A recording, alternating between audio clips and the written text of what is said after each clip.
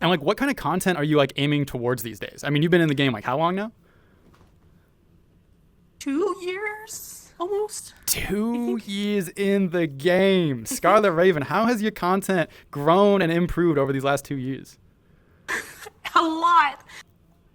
So I used to do a small one. It was like a group TikTok with some old friends of mine. We've disbanded, but like we were all a bunch of questies and we enjoyed like filming each other doing goofy stuff. And then I was like, you know what? Let me branch off and do my own. So I did that.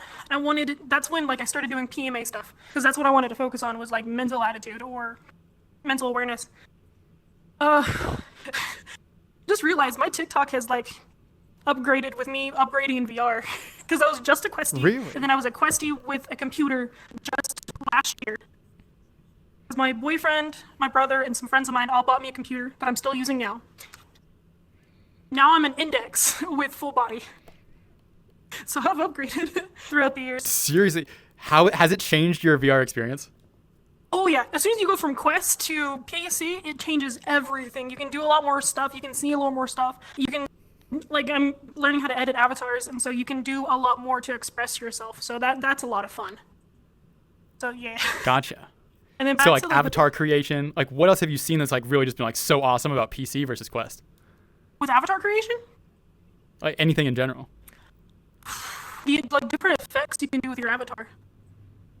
Like, I think that stuff, particles, or I've been seeing a few dances here and there, and they do the shadow cloning dances. Those are really pretty. Just other stuff you can do to express, like, what persona, I guess you want to say. So if you want to be, like, a ice fox, you can have snow everywhere. I think that's cool. That makes it more immersive.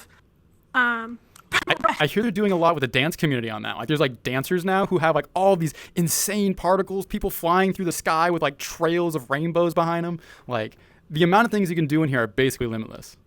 Yeah, no, those are crazy, and that takes a lot of time and effort. And then also, as of right now, something I'm really enjoying on my avatar especially. What is it? I don't think I'm seeing it. You can't see it? Do you not have my Oh, avatar I do filter see on? it. There they are. No, it is. There it is. It was blending in with the background, but you got all these little, like, are those hearts popping up? They're blue hearts. Oh, yeah, look at those. Oh, that's so cool. PMA. No way. So with my avatar, I try to incorporate my boyfriend as much as possible. Because when I was like doing TikToks, my first TikTok avatar, she was black hair with blue tips. Then she went from teal, which is my favorite color, teal or aqua green, whatever you call it. My boyfriend loves purple. I had purple. When we first met, all we would do, like he would give me a head pat before he leaves every single night. Aw, So I got my head pats, and then I got my little nose boops he would give me. So yeah. that's so cute. Did you guys meet in VR? Yep. Yes, we Oh, meet. you gotta we tell met me in the VR. story. I gotta know. How'd you guys meet? So we became friends. We didn't even realize it. And I was hopping around one day. I like going to Black Hats. I enjoy watching chaos. That sounds weird, but I enjoy just watching it and kind of being a part of it sometimes. If it's the good chaos, not the bad stuff. But I joined off of him one day, and he had full body tracking with an index, and he was in a black cat, dancing. And in my opinion, that's funny. He was giving people like random lap dances. He was a full-blown mute at that time too, so he's just using a soundboard. So he had some like meme music while he was dancing. And so from there, we just started talking. We would text each other constantly. I still haven't heard his voice. I think it took a couple of months before I first heard his voice. Scarlet Raven, you have just described to me all of the red flags to not look for with somebody in VR. Found him in a black cat, random dancer mute. Scarlet Raven, what those are all of the things you are supposed to avoid in this game. Mind you, I'm still like brand new in the game too. Oh my gosh. But like, it was one of those things where I enjoyed hopping on every single night because I would hang out with him. I met new people thanks to him. And then we started like talking like in game. And I have this thing where I've gotten almost every single mute I've ever come across talk to me. Really? What? So you're the type of person who can bring mutes like out of their shell and into like the verbal space. Yeah. I've gotten a few that I haven't had a chance to like have them talk. I haven't made them comfortable yet. But I mean, I don't want to push it, so I just find it funny. With what I know about you, I ain't surprised. Scar. I ain't surprised. But going back to your boy, so you like meet him in one of these like random black cats. Y'all start hanging out. How long are you hanging out before you're actually in a relationship? A year? That's a lot of time. That's a lot of time to be invested in with somebody before you actually say, hey, we're doing this together now. We were in the talking phase for about like 6 months, I guess you can say. Because like we've known each other for a while. It's just I got my last relationship, my relationship before him was not good. It did not end well. Kind of got to the point where I had to move out of my town, my hometown. It was bad. So I did not want to have any type of relationship. I was doing flings, nothing serious, because I didn't want to get attached. Until I met him, and then I was like, okay, cool. I gotta make sure I cut all my ties before we actually make this serious. And so we did that. What were some of the things you learned from that previous relationship that like prepared you for the one that was upcoming?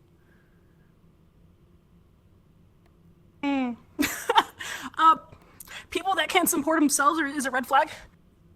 Oh, okay.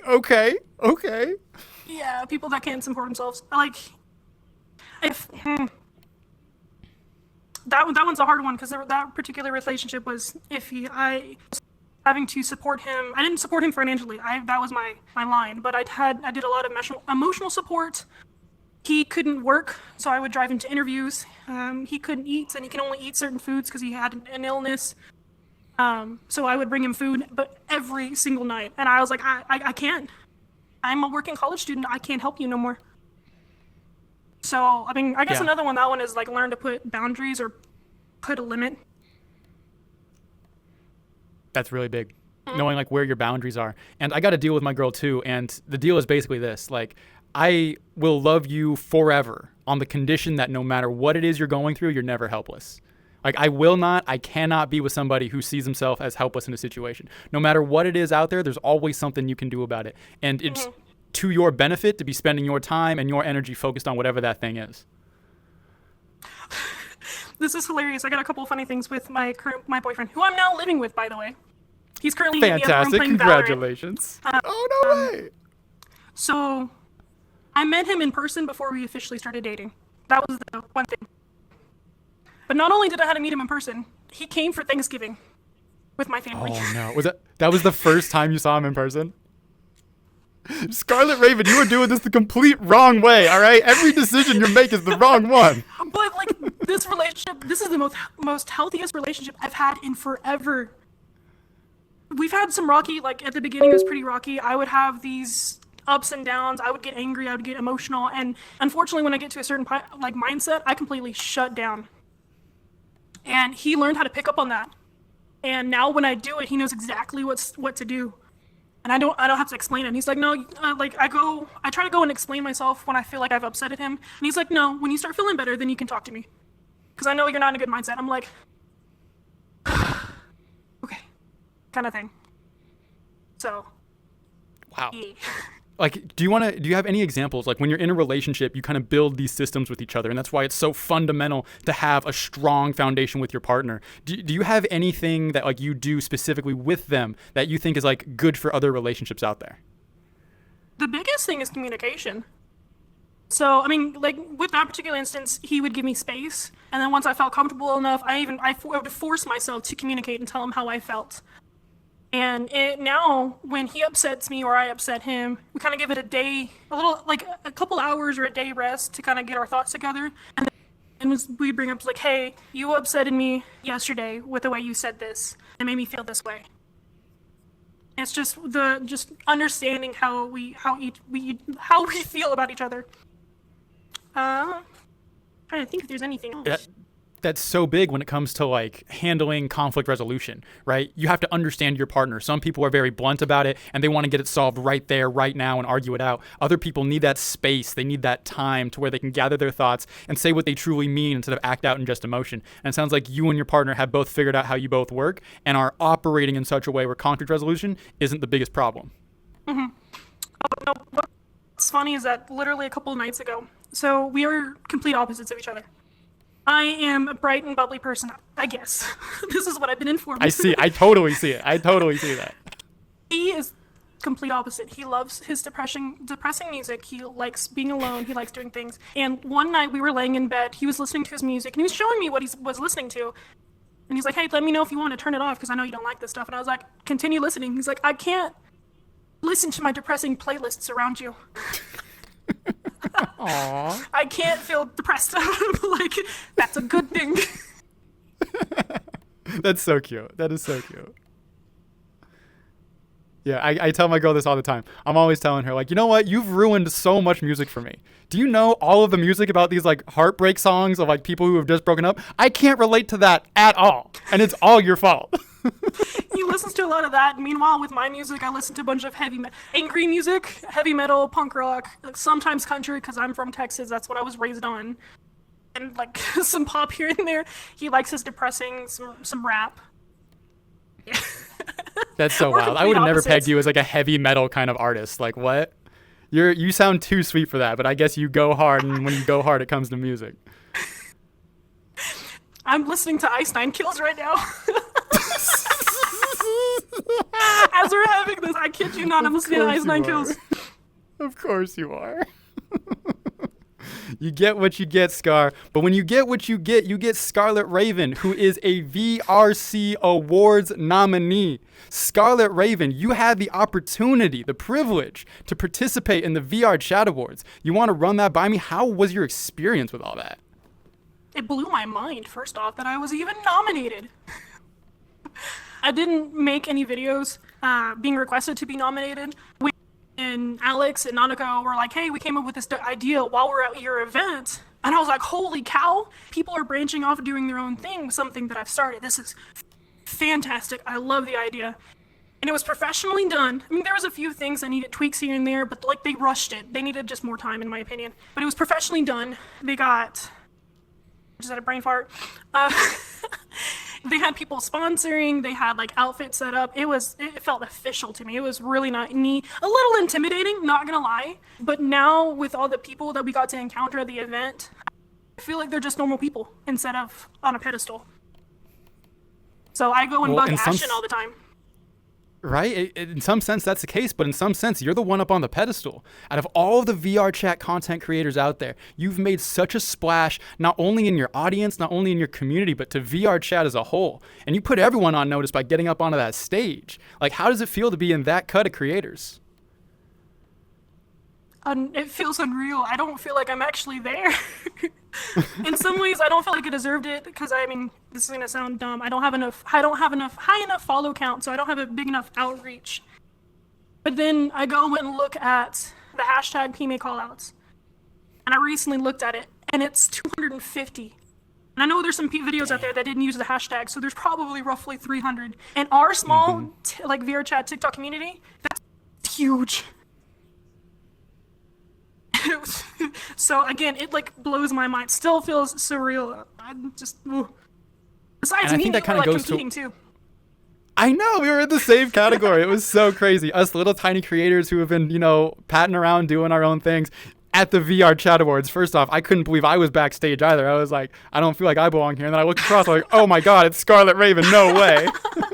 It was awesome. So that was such a cool experience as well. But like when it comes to it, I think what that shows is like in some sense the follower count is really a hollow number. When you talk about impact and like your ability to affect a community, you get to see that by when it's voter choice and the people come out and support you. Like it is not a shock to me at all that you were up on that stage. When it comes to most positive creator, like I'm sure there are others out there who have done plenty for the community. But like with what you're doing with the PMA movement, gathering all of these creators together, centralized about something so positive and uplifting to help everybody, content creator, viewer, TikToker, VR chatter alike. Like it is no surprise to me that with the waves you're making, that you belong on that stage up there.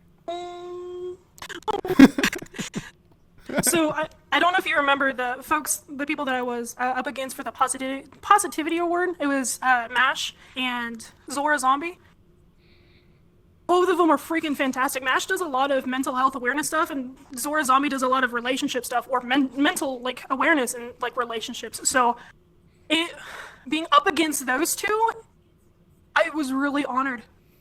I mean, I didn't win, and I believe Mash completely deserved it because she's busted her butt. She's busted her butt longer than I have. But it was such an honor being like lumped in with those two. Who did you see at the VR Chat Awards where you were just like, oh my God, so-and-so's in the room? Oh God, I can't remember her name. She does a lot of VRC, or not VRC, but like VR content.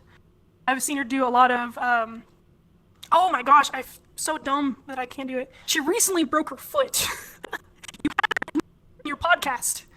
Brown hair. Genghis VR. Yes.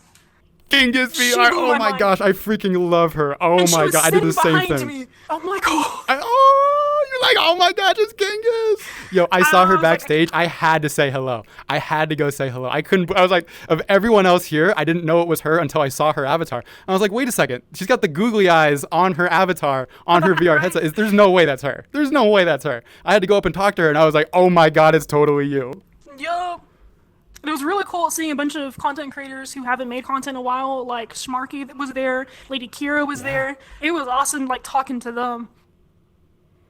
Absolutely. Like they were kind of the cornerstones, flagstones of the TikTok VR chat community. You roll that back a year and a half ago.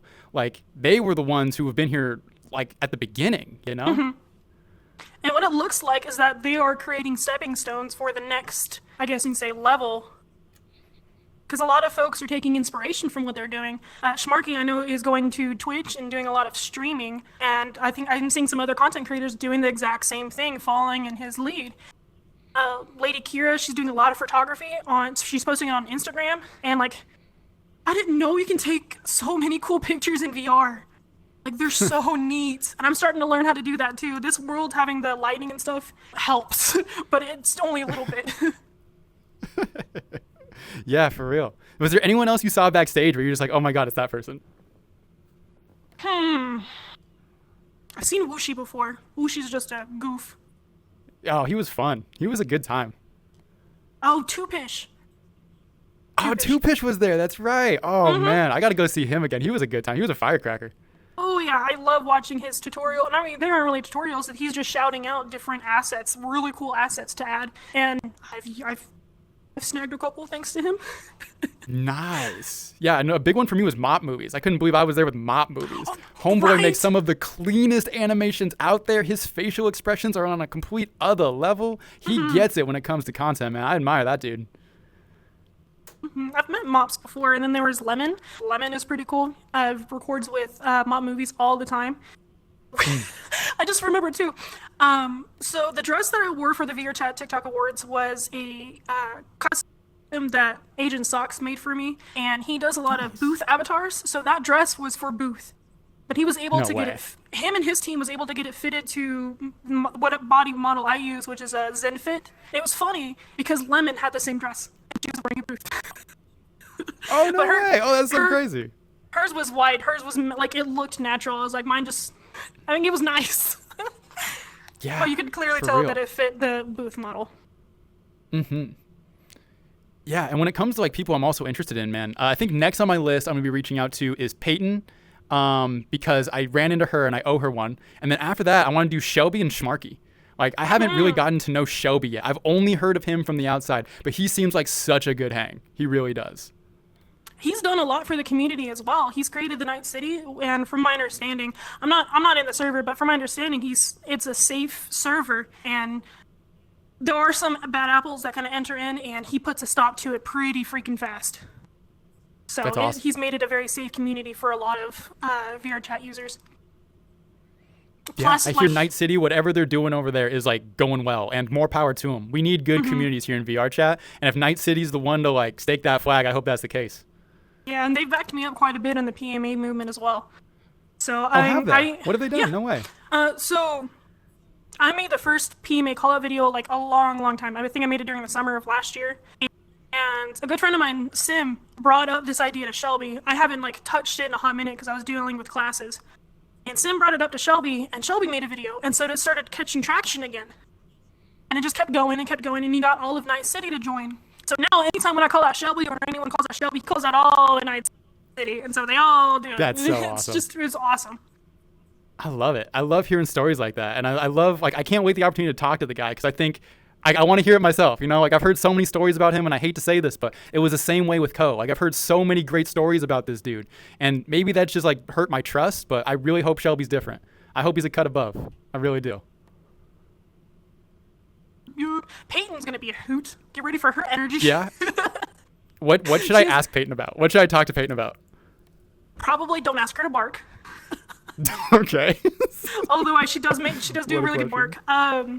I don't know what to ask her about. I've seen some videos with her mom involved. That's something I tried doing as well, as getting my mom in. Like, you met her in game. Yeah, she is always dropping into my lives, and I will tell you what, she is a good hang. Your mom is a good hang. She makes you think. She really does. I got to spend all day with her yesterday. You know what? And how was it? What does Scar do with Mama Scar on Mother's Day? Oh, we got her nails done. Oh, no way. Yeah, I was going to say, I might have you send me a DM of telling my mom happy birthday, because, let's see. Today's Sunday. Friday was her birthday. And today is Mother's Day. So I spent all day with my mom yesterday. Nice. Yeah, we had breakfast. She's taking care of my grandfather right now. So we got breakfast. I helped her with that. And then we went to go get her nails done. And we went dress shopping because my younger sister is getting married in July. That's awesome. Well, congrats to your younger sister. No way. Mm-hmm. Yo, do you have one coming up? Do you have one coming up? Huh? Me and my partner agreed that we weren't going to think about it until after I graduate college, which is next year. So you got 1 year, and then you thinking about it. Dude, my mom, she's on to us, because we went to the mall to look for dresses, and there's a jewelry store that she wanted to see what the Mother's Day gift was, because she's, I guess, subscribed to him. She was looking at wedding rings. Ooh. I think she's trying to get ideas of what I would like. I think she is. I think she's being a good Mama Scar is what it sounds like. Are you ready for that? Are you at a stage in life where you're seriously thinking like, man, marriage is around the corner? Oh, I don't think so. I told myself several years ago I want to have a good solid foundation before I can even think about growing. I have a job right now, but I don't have a career. I'm still in college to get said career. And with him being from Washington and me being from Texas, we got to figure out where we're going to live in between, if we're going to live anywhere in between.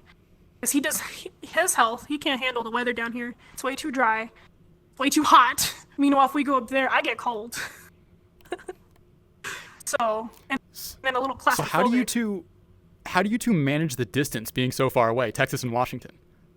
When we were doing the actual long distance stuff, we would fall asleep on call every single night. Oh, we really? would have 1 day a week, because I was working and going to school, we would have 1 day a week completely dedicated to each other. So we would play games, or he would, because he used to do avatars, he would make avatars, and we would FaceTime each other.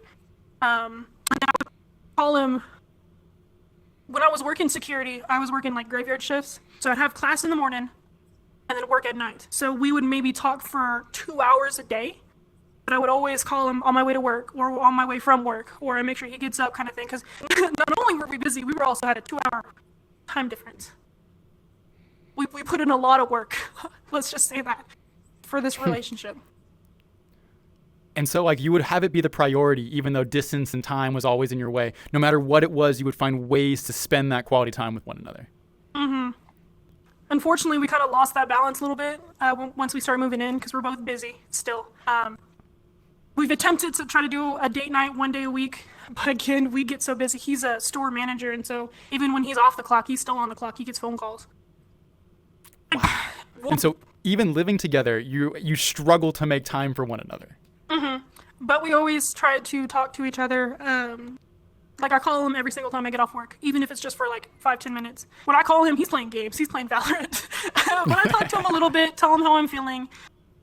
He also, more recently, he's been texting me. He was like, hey, can I talk to you when he's having a bad day at work? And so we talk a little bit over the phone, but we try to talk at least, like, put all of our feelings out on the table every single day.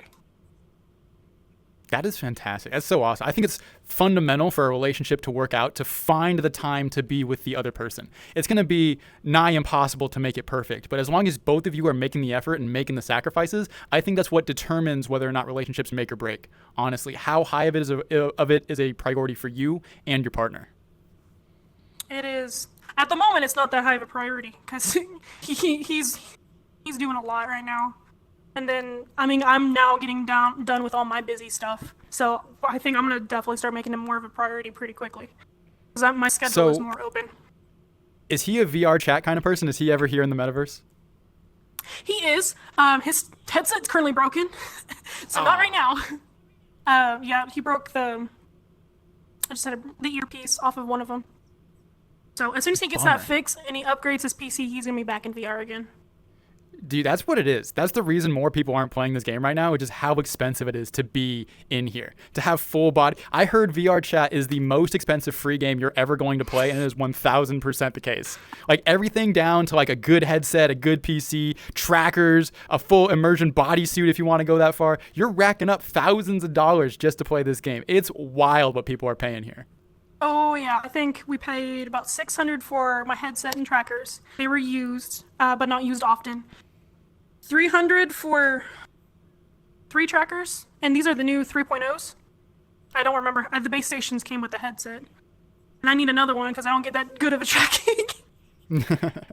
And I'm not allowed to know how much my PC was because it was bought as a gift. I just know it's expensive. Oh my gosh. Yo, that sounds about right. I think I'm running around $1,500 for the PC. I got $1,000 for the Valve Index, controllers, base stations, and all. And the trackers were, I think, $360 for 3 of them. So you start adding those up, you're looking close to $2,000, and you're just like, oh, my $2,000, $3,000, $4,000 isn't out of the realm of possibility. It's so wild out here. This could pay like a semester of college. Right? Oh my gosh, just to play like a 3D game. With it, though, comes a bunch of options. I know we were just talking about Genghis VR earlier. She was telling me about this Rift XR game, and I'm super excited about it. In some sense, they're calling it a VR chat killer because it has 1,000 more different functions in VR chat, and it's another metaverse where you can go and hang. Like, we could just be sitting, hanging out like this, and be like, hey, you want to go fight goblins? Yeah, sure. We go grab our lightsabers, go to, like, the goblin slaying world, and go and just slash them to, like, bits, get XP for it, go to the pub afterwards, and spend some of our coin. Like, they totally have like a functioning like world MMO system, leveling system, all that stuff that VR chat doesn't have yet.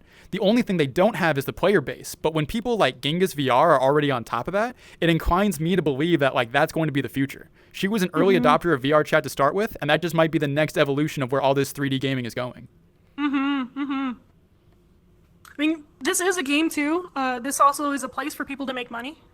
Because people sell avatars, we buy avatars, and these avatars are pieces of art. Same thing with these worlds, pieces of art, and then you got these dancers that actually make money doing their thing. And then let's see, we got some music videos. What is his name? I mean, people make music videos with this thing, so like this also makes money. Not only are we spending a crap ton, we're also making money if we really wanted to. Yo, let me set up the copy pasta. How are people making money in the metaverse? My brain just went, what? How are we people making money? Yeah, how are people making money in the metaverse today? I thought I just said that. Oh, I said in game. Yeah, that's the copy pasta. Oh, I guess you don't know. So I do copy pastas. Basically, it's like a verbal thing. So like I know back to go and check the footage right here, right now. So I'm gonna pitch you a softball question, which you're gonna give me the bit for. So we'll make that and slice that into a piece of content.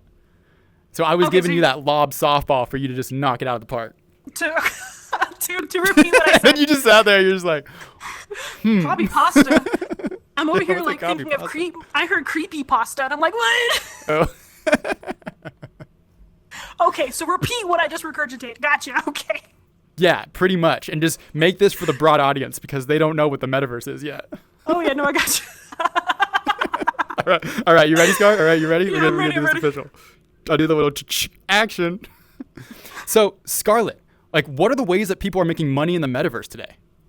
So, in VR chat alone, people are, like, selling and creating avatars. These are pieces of artwork. I mean, that I purchased, and, I mean, I did my own personal edit, but I purchased. It's a piece of art. Worlds like this, it's a piece of art. It took, like, a lot of time for them to put this together. Several hours, maybe even days, to make this. And then you got dancers that are out there. Really, really good dancers, not gonna lie. And they also spend money on avatars. I just had a brain fart on the last one. It was the pressure. And then, like, brain rot because I just got off of work. Yeah. What was that last one that I said? Is it dancers? You were going through avatar creators, world creators, dancers. Do dancers make a good amount of money? Music videos. That was the last one. So I also know they have like Discord and like group events. Like, are Discords getting paid for their services? Like when they like run security for an event, or is that all still volunteer work at this point? I think it's still all volunteer work. So there is a I'm supporting the creator that is running this dance, but it's not my cup of tea. But from what it looks like, it is all volunteer work for their security. But Gotcha. I mean, they're very trusted people that are also doing it as well. Yeah, that's got to be the case. They're being tighter than ever. I mean, yeah, I'm kind of getting a sense of that. I've been talking to a lot of Discord groups, especially with the whole fallout with the Drunken Spartan situation that I was in. Like, I've been talking to Discords, and it seems like everybody I'm talking to has been tightening up security. Like, at least the communities that I've been a part of, like, they're like, hey, yeah, that conversation you had, we listened, and we're not going to be the next one. They're like, we're making sure that if we're 18 plus, we're going to be keeping it that way. And like, that's been kind of rewarding to hear. You know, it's like, sounds like these Discords are really starting to tighten up. And there's almost like a respect thing going on now. Like, they understand the game and how liable they could be if they're not actually watching to see if like minors are getting into places where they shouldn't. So I'm currently running 2 servers. The PMA server, which is just only meant for announcements, and it's only temporary, so it shuts down after the event and everything, because I don't have time to keep up with that. My main one, I have it right now 16 plus. I'm not as strict, mainly because I don't put any adult stuff on there. Or I try my best not to, because I mean, even with these adult Discord servers, every so often there's going to be somebody that slips in. So in my opinion, I don't do it. I just stay away from it. So I have mine 16 plus. And then with me, if someone under 16 gets through, I'm not gonna sound weird. I'm not gonna go after them. If I find out someone lies that they're under 16, I'll investigate it, and they will be banned and blocked in the whole 9 yards. I'm not keeping a lookout for people under 16, if you know what I mean. Because again, I try not to post any adult stuff. No adult stuff. And that's just it. Yeah, you're not 18 plus, and there's very much a different thing with that. But one story I'm hearing again and again and again, and I can't believe this is so like self-evident to the community. The amount of minors who are lying to get into these groups is astronomical. I had no idea it was that big of a problem. Like, when I first got here, the big prevailing narrative was that pedos are out there and they're like sneaking up on the kids, and the metaverse is the perfect place to do it. And that is still a prevailing narrative that absolutely happens. But something I've come to discover as well is that these minors are going in the other way. They're trying to sneak into places which are supposed to be adult only. Not only are they not having the supervision of their parents watching them, but at the same time, these communities aren't able to be 100% seal-proof. These minors are leaking in, and they're causing havoc and devastation, not everywhere, but certainly in some circumstances. And it's absolutely disheartening to see the destructive power of these lies, and how these minors, though in many regards are at fault, seem to get off the hook time in and time out. So my whole thought process on that one is, I mean, it's these minors that are wanting to be more grown up. Now, if we step back and look outside of VR and kind of look at it through more of a generation point of view, if you look at kids that are like 10 years old or like a little bit older, they're starting to look like adults. The way the world is running right now, they are being forced to grow up fast, to fend for themselves, because their parents are having to work a lot to pay for their food. So they're not getting a whole lot of parenting. They look like they're older. I remember hearing stories on TikTok about these girls going to Sephora and buying a lot of, like, 15-year-old girls going to Sephora and buying, like, harmful products, harmful chemicals, cleaning chemicals for their skin, stuff that you don't want them to touch, or they're putting aging cream and stuff. 15? Yeah. What? 15-year-olds. A bunch of 15-year-olds are going to Sephora buying these high-dollar makeups, and some of them are like aging stuff they shouldn't even have to worry about. Like, back when I was their age, I didn't even look at makeup. I didn't want to touch it. But if you think about it, they're having to grow up fast to face what world is going on right now. And I hate to say it, but the United States is crumbling around us. You're seeing little fires popping up here and there. And so they are trying to prepare themselves. They may not know it, but I think their bodies are trying to prepare themselves for what's going to come to the future, for when they actually become adults. That's a copy pasta right there. I'm actually kind of terrified of that. I don't know what is coming up for this future. It is absolutely terrifying. And the kids these days, that's an interesting take you have on it, because I haven't heard that take many times, but now I'm starting to hear that. I think you're the third person to tell me that kids are like aging faster than they normally would. They're progressing more. And a lot of that has to do with the changing environment they're living in. Parents aren't being as nurturing at home anymore. A lot of times the two parents are out working. Maybe they're stuck in their screens themselves and they're not giving the kids what they have in previous generations. And because of that, these kids are growing up not only neglected and not getting the proper raising that they should, but also their parent is now the internet. And to anyone who spent more than 5 minutes on the internet, you know that it is both a great blessing and a terrible curse at the same time. Like these days, kids have been exposed to so many horrible things that previous generations would have never seen at that age. Never seen at that age. One of my friends works over at he's a 4th grade teacher, one of the local schools. And he has kids out in the playground, out in the classroom, saying horrible, horrible things you would never hear kids that age say before. Like I'm talking as bad as slurs as you can imagine. I'm talking the F word, every other word. Like these kids are being exposed to things that are in many ways polluting their innocence and forcing them to grow up a lot sooner than I think they're ready. Well, since you're talking about like schools as well, I hate to bring this up, but the shootings in schools. Do you think you can ask your friend if you like how many times do they run protocols, like do their protocols if there's a school shooting? There's a few TikTokers that I watch that are both moms and teachers, and they send their kids to school with a metal sheet in their backpack. And what? They teach You're their kidding. kid how to they're teaching their kid how to use their backpack to shield their body. There are some people building actual backpacks, parents are teaching that to actual kids. and they have to. What? They have to. This is just how crazy our world has come to nowadays. We think about when we're going to, like, back when we went to school, we didn't have to worry about that kind of stuff at all. No. In my area, all we had to worry about is if there was an earthquake or if there was a tornado, grab a thick book, put it over your neck, hide underneath the table. Yup. Mother Nature be That's what we coming. were Get taught. under your desk, kids. We taught how to stay safe in natural disasters. They're being taught how to stay safe from a big variety of things. Let me ask you this, because I've been seeing this trend going on a lot. When you and your girl have a kid, and let's just say she's a daughter, would you rather have her be alone in the forest with a man or a bear?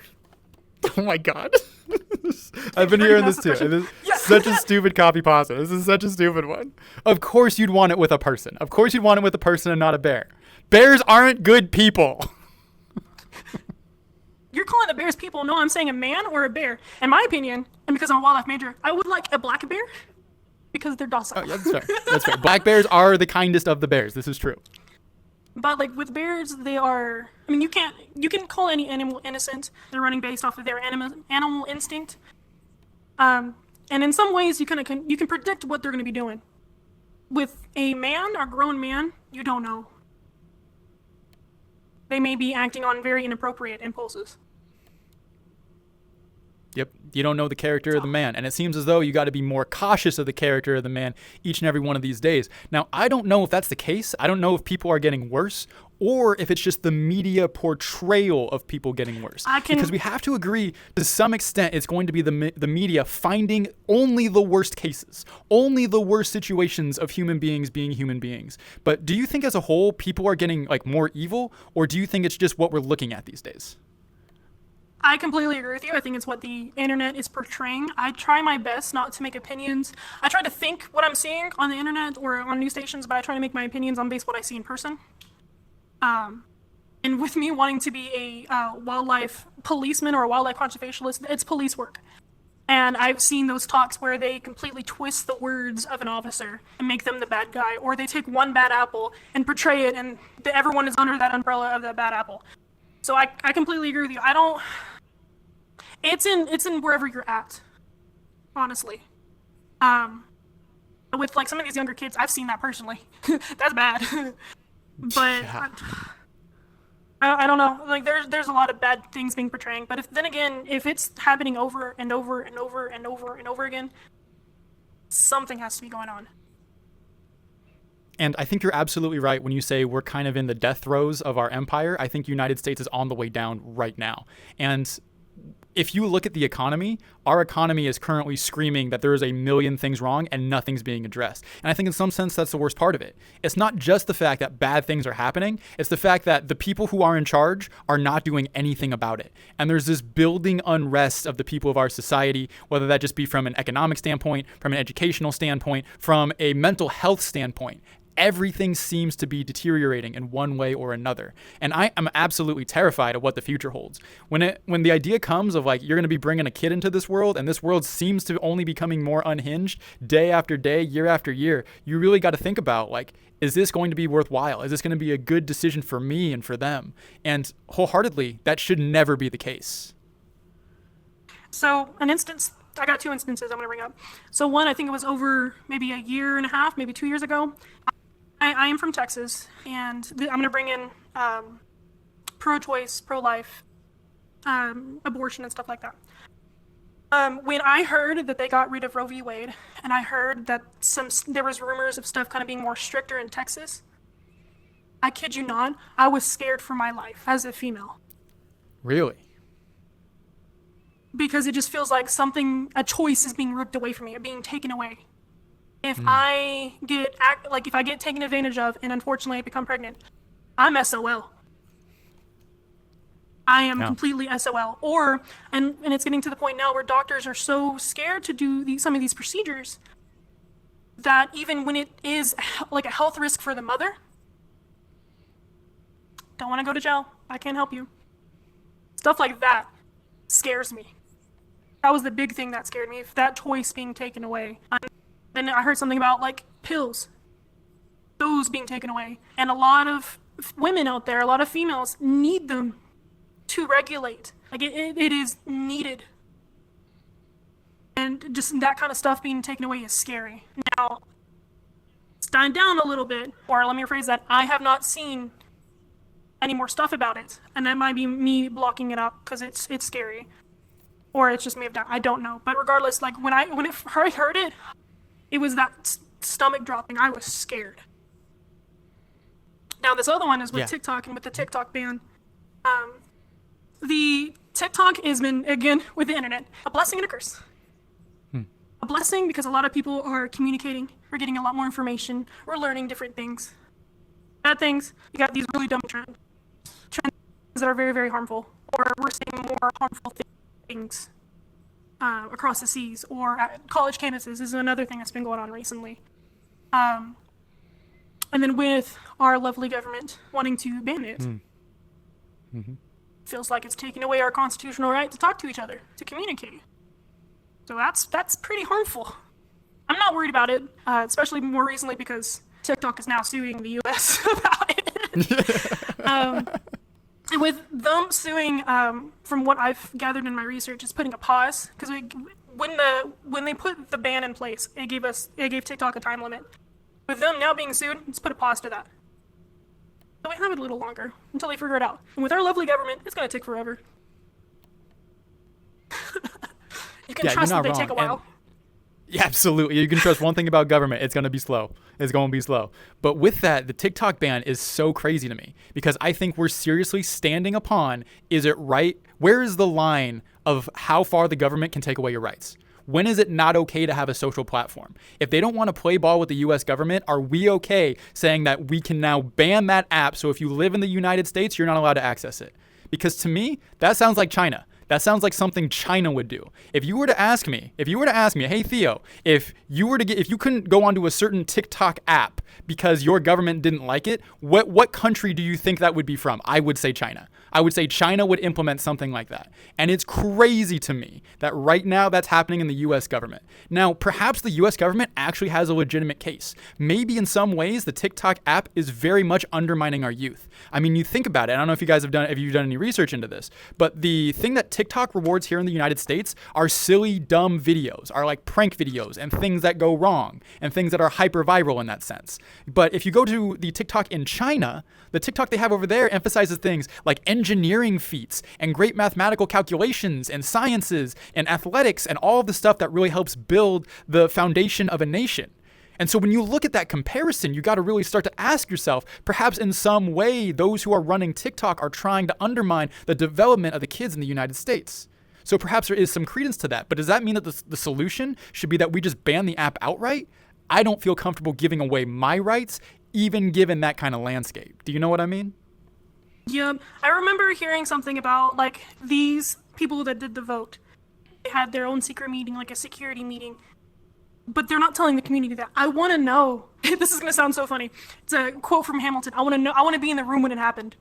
Yeah. I want to know what is going on. Like, if they truly believe that it's harmful, please lay it all out. This generation, like I said earlier, Gen Z, Gen Alpha, they're growing up fast. If you lay it all out there, I bet you they will understand.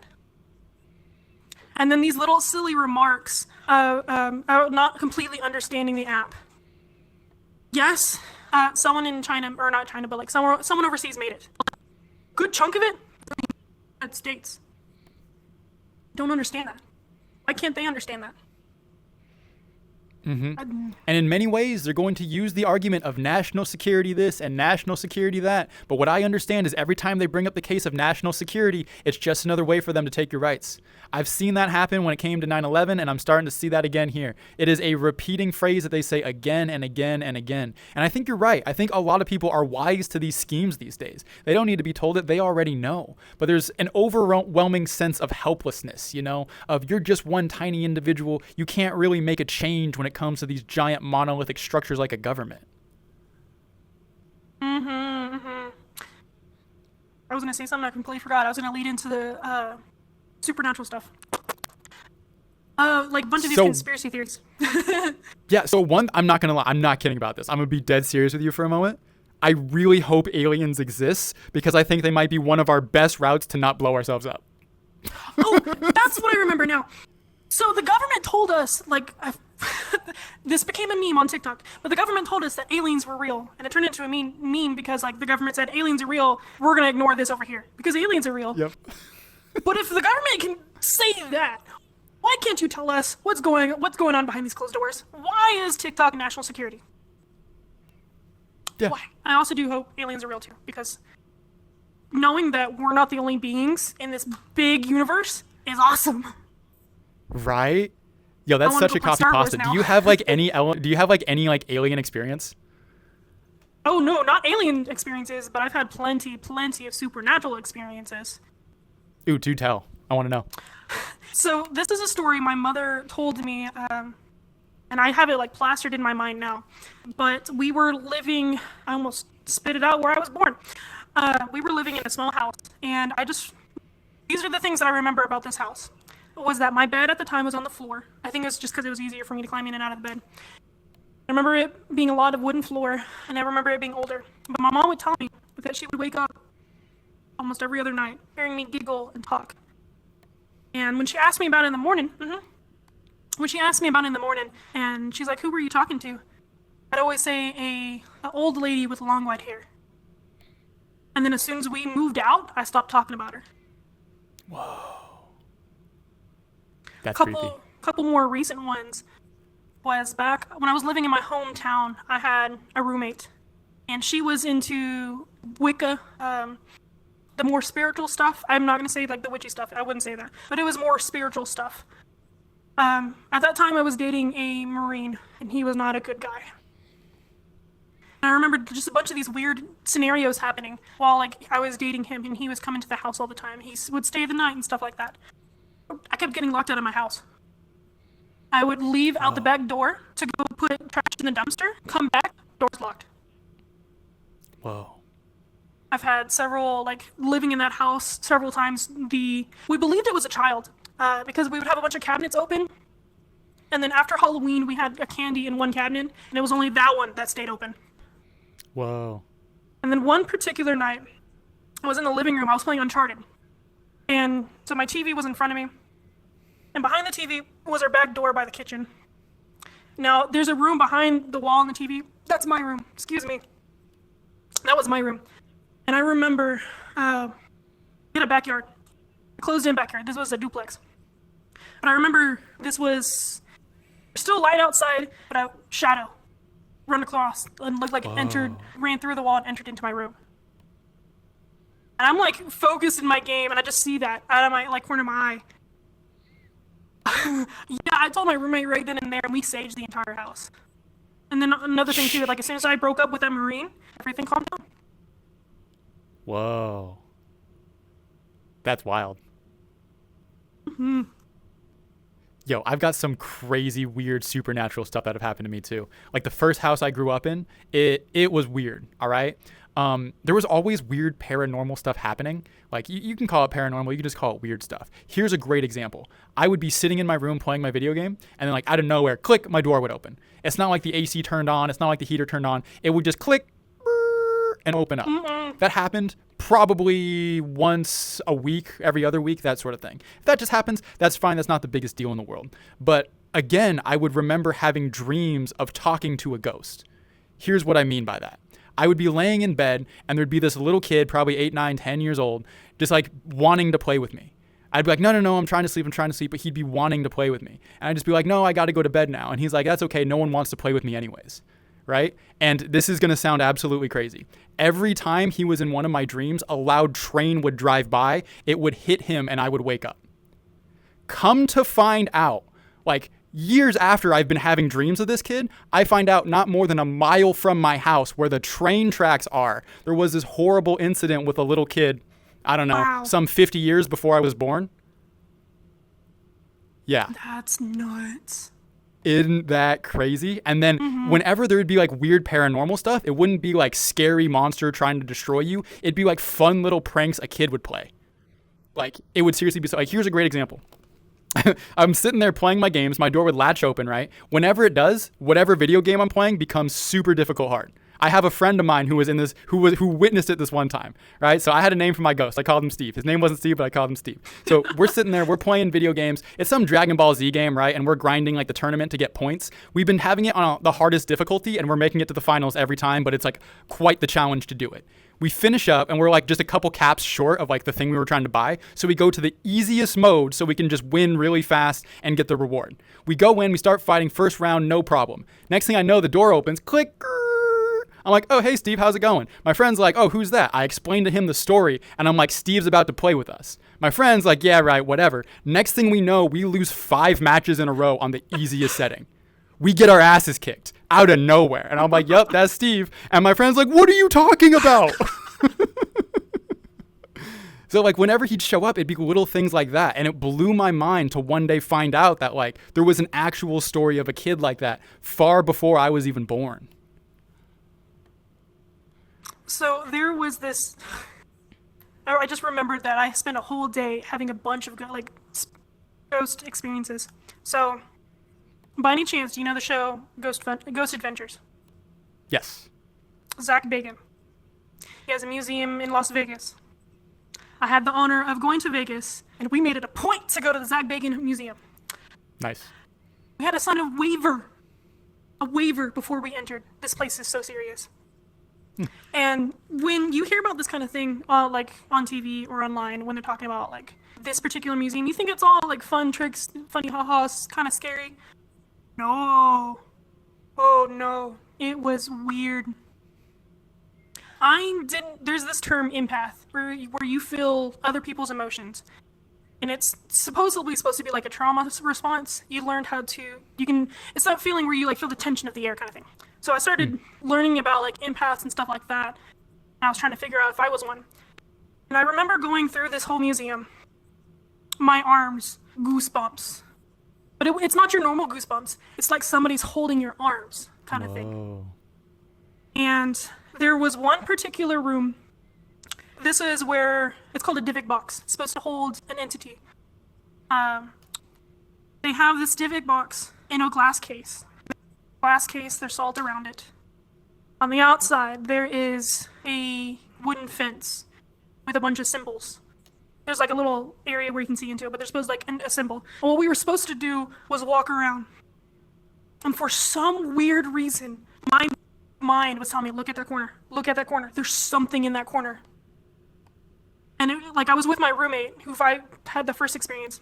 I didn't see anything, but it was one of those things where I felt like something was there. And my roommate was like, why are you looking in that corner? And I'm like, I would think like, oh no, this was completely, I'm thinking it up. I'm making myself paranoid. No. Then a girl, like we're in a line. And so there's a girl, 5 people behind me saying, who's that over there? And I'm like, oh no. Oh, yeah. Another room in that area, I think this is based off of the Texas Chainsaw Massacre. This guy has a bunch of artifacts from serial killers. This dude's crazy. But it's the cauldron. It's the cauldron of like where he used to cook and turn the skin into leather. Whoa. But this room was designed to look like a shack, and the cauldron smack dab in the middle. Stuff around to make it look really creepy. Skin in a frame on the wall. It was... And I'm standing by the door. There's stuff dangling above us. And I'm standing by the door. My hair was in a ponytail. My roommate's on my left. This is funny because I remember this so freaking clearly. Someone yanked my hair. Oh my god. I looked at my roommate. She's focused. I looked up, knowing full well there's stuff but dangling. Nothing is around me. It's all in front of me. I turn around. It's a, like, flat wall. So there was nothing that it could explain what pulled my hair. Like, it was crazy. And then one of the last rooms we went through, I'm still feeling this, somebody holding my arm, tingling feeling in my arms. Wow. Through, like, majority of this. And I remember entering this room. Again, it was another serial killer. This guy, he would snatch boys, young boys, and take them to a basement. And this... Zach Bagan has a freaking bed, has the wall decoration, has the object of torture. Dude's so crazy. So there's a lot of trigger objects is what they call it. But what he would do was have a probe, electricity, in the no-no square. Yeah. But we're listening to the lady talk about this room. And we're outside of the door, so we haven't even looked at it yet. But we would go into our party, since it was me and my roommate, we went in together. I just busted out crying. Like, out of nowhere. I had no reason to cry. Like, don't get me wrong, what they went through was sad, but that particular day I was listening to a lot of sad stuff. Just bawling. And I could feel my arms, like that tingling feeling getting tighter. This is gonna sound weird. But when, like, it tightened on my arms, it felt like my grandmother, because she passed back in, like, 2016. Oh my gosh. So it was one of those things where, like, hey, you're okay, I'm here with you, kind of grabs. So I had a guardian angel. I don't know if it was my grandmother. But it was just one of those things that she would do to me every so often, and I'm like... This is after I bust out crying. I went out and, like, the tour guide was like, are you okay? Is everything okay? I'm not trying to freak you out, but this does happen often, and I'm like, yeah. Oh my god. I got goosebumps right now. I got goosebumps. Listen to your body when some of this stuff happens, because it will tell you what's going on. Absolutely. Is that like the end of your experience? Did anything else happen? Or like, that's crazy. Well, there was another one. It was us, mainly me and my roommate being pansies. So we've seen the basement of this house before on show. And what they had set up was, in the basement they have a spirit box. And this is just them going through radio stations, and it allows the ghost to manipulate it a certain way, so it stops at a radio station and, like, says words, says a sentence. Or they're able to manipulate it enough to speak through it themselves. So me and my roommate, instead of calling it VIP, they called it the RIP. We purchased the next level up, so we got to do extra stuff. So before the actual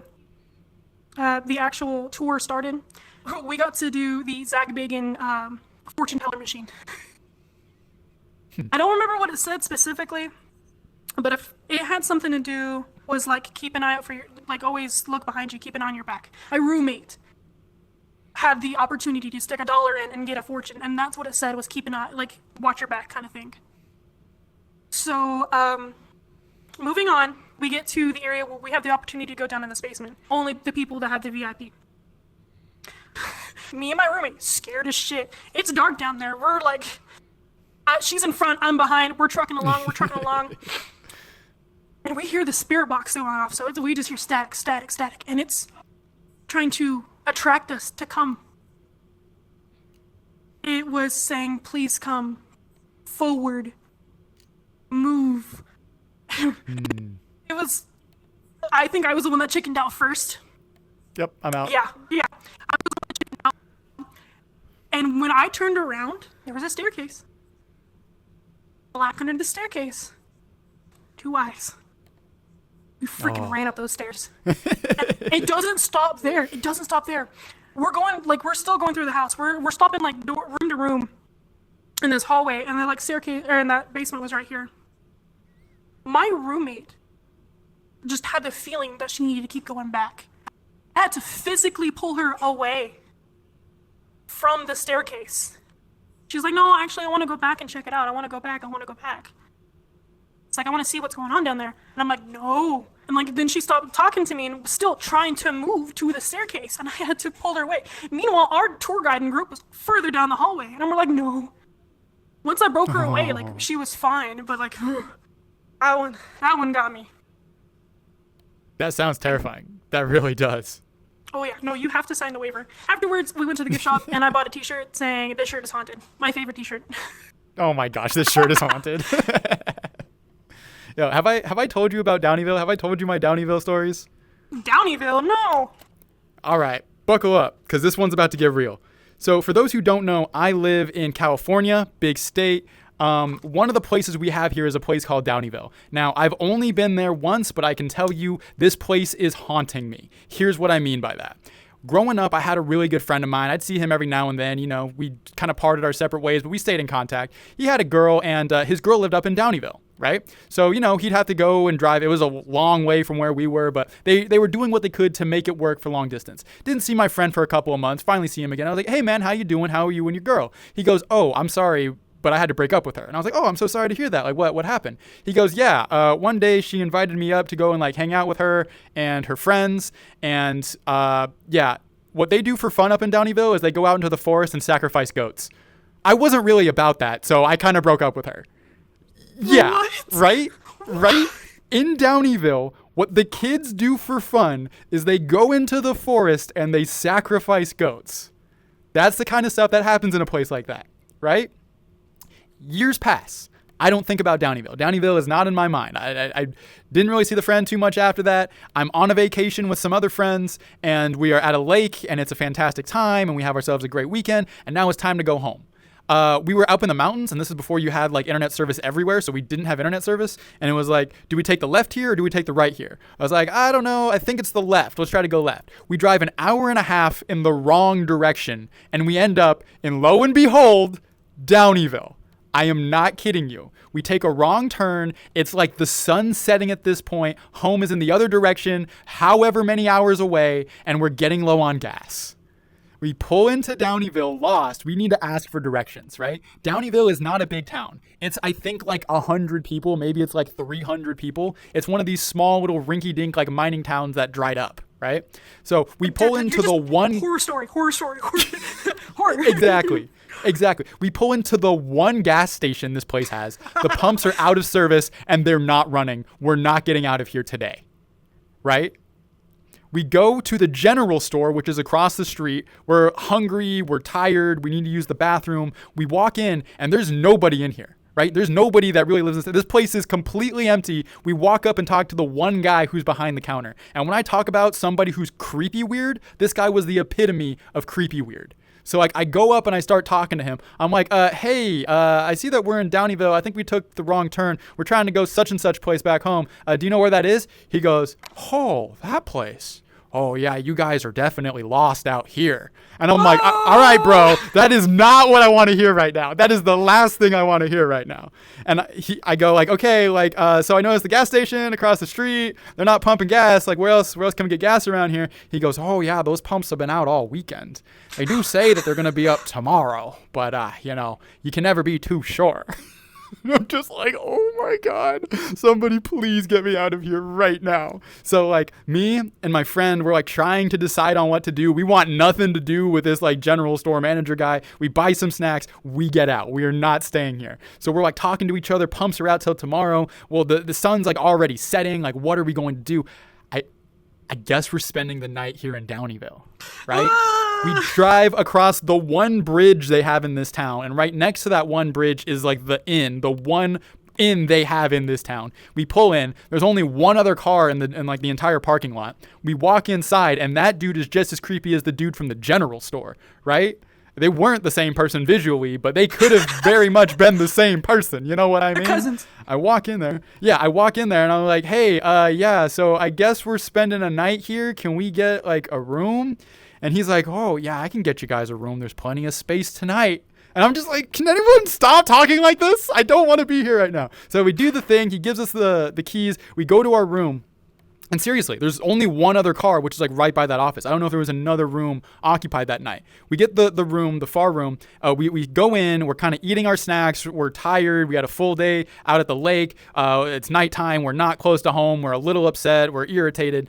We go to bed. When I tell you I didn't get an ounce of sleep that night, I didn't get an ounce of sleep that night. I am laying there petrified. Creaks everywhere. It sounds like cabinets are being opened and closed very subtly. Like I'm sitting there in a petrified fear of what's going on. Then it hits like, I don't know, 11 p.m., 1 a.m., somewhere in the middle of the night. We start hearing a lady scream bloody murder on for like 10 minutes straight and then just go silent. And me and my homie are laying there just petrified in our sheets. An hour passes and we hear another lady just scream absolute bloody murder. And we're just laying there petrified. Like we don't know what we should do. The last thing we want to do is get up. It hits 6 a.m. The sun's barely beginning to crest up. Me and my homie look at each other and we start getting ready to get out because we don't want anything to do with Downeyville at that point. We go to the gas station early in the morning. Pumps are working. We fill the thing full of gas and we get the bunk out of there because we ain't sticking around for no Downeyville. Right? So we had our moment. We didn't want to be there. We got out unscathed. Thank the Lord, right? That's not where the story ends. There's one more piece to this.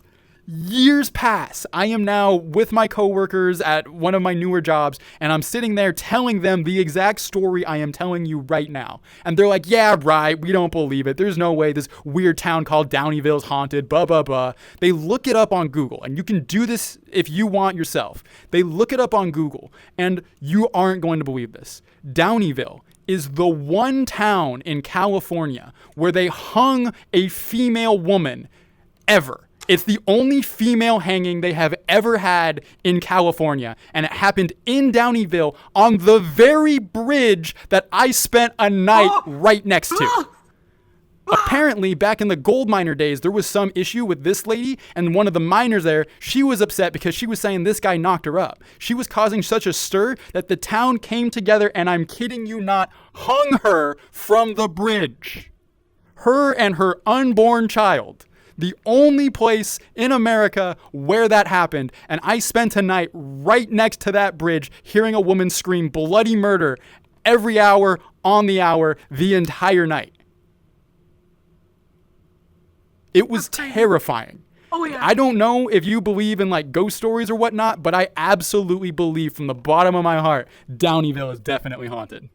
This is going to sound super funny because two sides of me are about to come out. One side of me is like, I want to go. I want to investigate. The other side of me is the wildlife side. Let me ask you this. Is there a lot of water in Downeyville? Oh, a ton. It's like right on a waterfall, yeah. Have you ever heard of a toad called a woodhouse toad? No. Okay.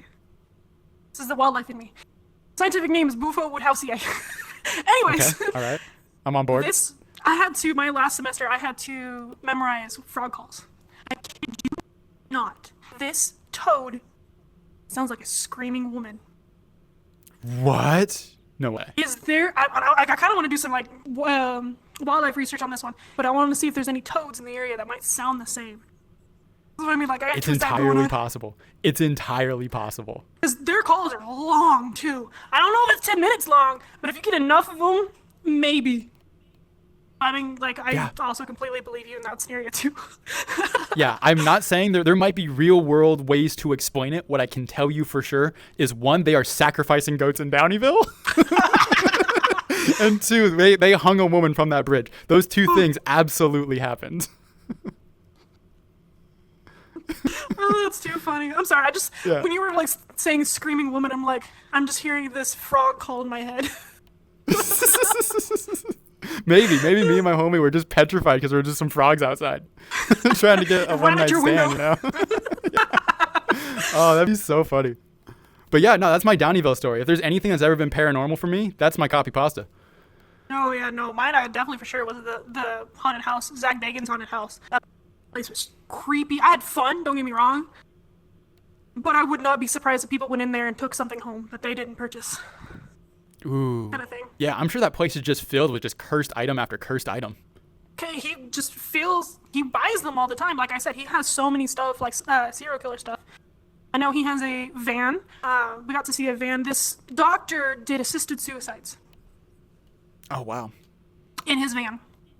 And he has the van. He has the medical equipment. He has the bed that they did the thing in. What else? Do you remember the clown killer?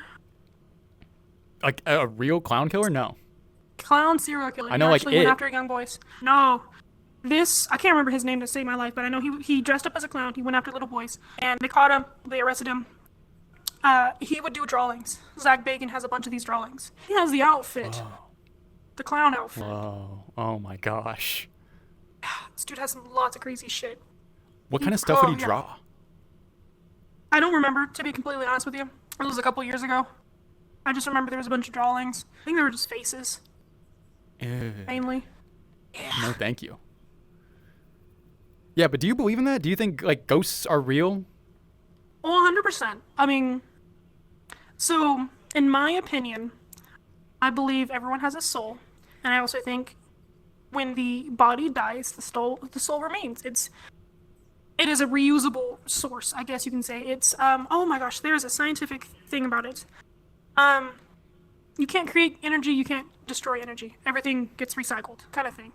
So that's, in my opinion, that's what I think is. Because our bodies, once we die, we go back to the earth. We become fertilizer, we're recycled. I believe that's the same thing with our souls. Our souls hold personality. And so I would not be surprised if those souls lingered.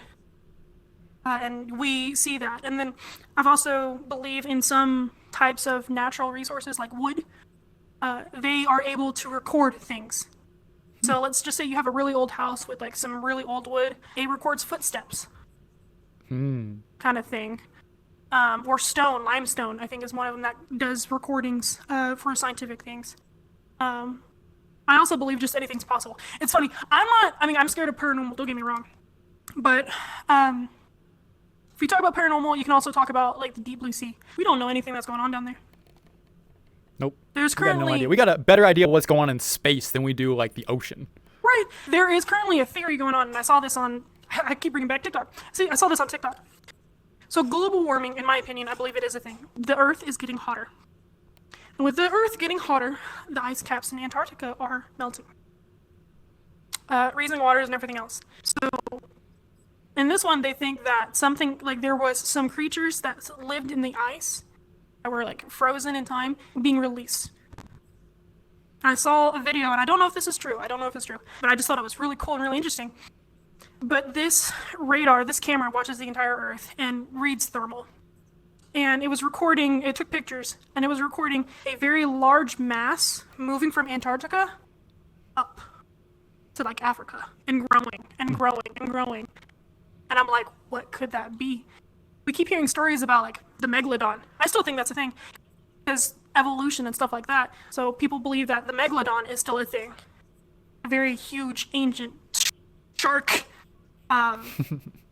There could be anything in those waters, so we don't know. We cannot swim deep enough to find out. We will be crushed. There could be anything. There could be Atlantis down there. We would never know. Seriously, they're good.